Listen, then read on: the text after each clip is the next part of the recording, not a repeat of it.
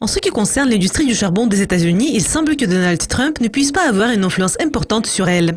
Thomas Pugh, Capital Economics. Les États-Unis vont probablement quitter l'accord de Paris. Mais quels seront les avantages de ce retrait pour l'industrie du charbon des États-Unis?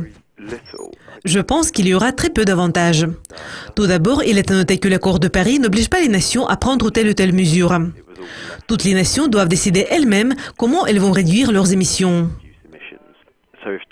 Donc, si Donald Trump n'a pas l'intention de limiter l'approvisionnement en charbon ou d'utiliser moins de charbon aux États-Unis, il n'est pas obligé de quitter l'accord de Paris.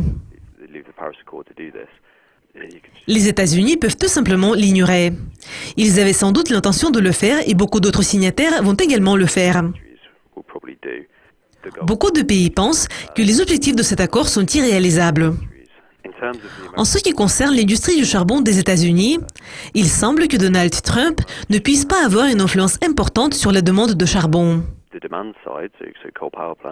Les centrales électriques au charbon souffrent premièrement de la concurrence de la part du gaz naturel, qui est très bon marché et qui essaie de s'emparer d'une plus grande part de marché, et deuxièmement du développement rapide des énergies renouvelables, qui ont progressé beaucoup plus vite que beaucoup d'analystes avaient prévu il y a quelques années.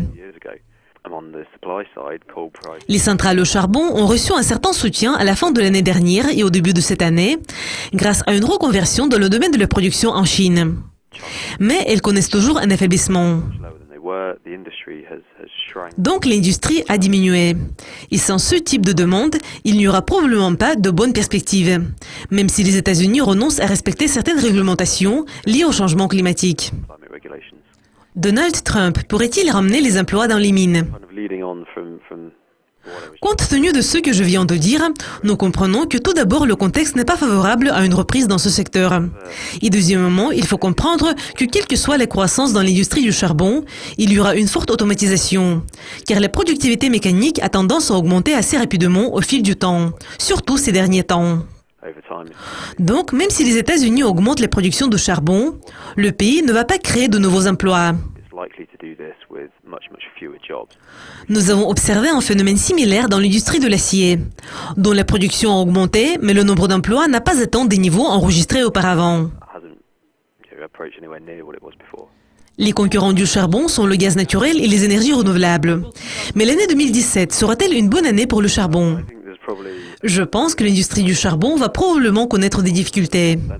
Cette année, l'industrie du charbon profite des réductions de la capacité de production en Chine enregistrées à la fin de l'année dernière, mais aussi d'une forte croissance économique enregistrée dans beaucoup de pays, surtout en Chine. En plus, c'est le temps froid observé en hiver qui a également soutenu la demande. Et actuellement, nous voyons un ralentissement de l'économie chinoise. Les données officielles du PMI récemment publiées ont montré une nouvelle baisse, ce qui témoigne également d'un ralentissement. En plus, il y a une préoccupation croissante dans le monde au sujet de la pollution et des changements climatiques, qui incite de nombreux pays à accroître leurs efforts visant à utiliser moins de charbon. La Corée du Sud, qui est le 3e ou le 4e plus grand importateur de charbon, a récemment annoncé qu'elle allait suspendre la construction des nouvelles centrales au charbon et voudrait accélérer les fermetures de ces centrales les plus anciennes et les plus polluantes. La Chine projette toujours de réduire sa demande de charbon et la demande va probablement reculer à nouveau. Et donc, compte tenu du développement technologique et de la réduction des coûts dans le domaine des énergies renouvelables, dont certaines sont déjà compétitives sans subvention par rapport au charbon dans de nombreux pays, et compte tenu de la hausse de l'offre de GNL en provenance des États-Unis, de l'Australie et du Moyen-Orient, je pense que les perspectives en matière de demande de charbon sont tout à fait négatives. Et par conséquent, les prix devraient reculer au cours de ces quelques prochaines années.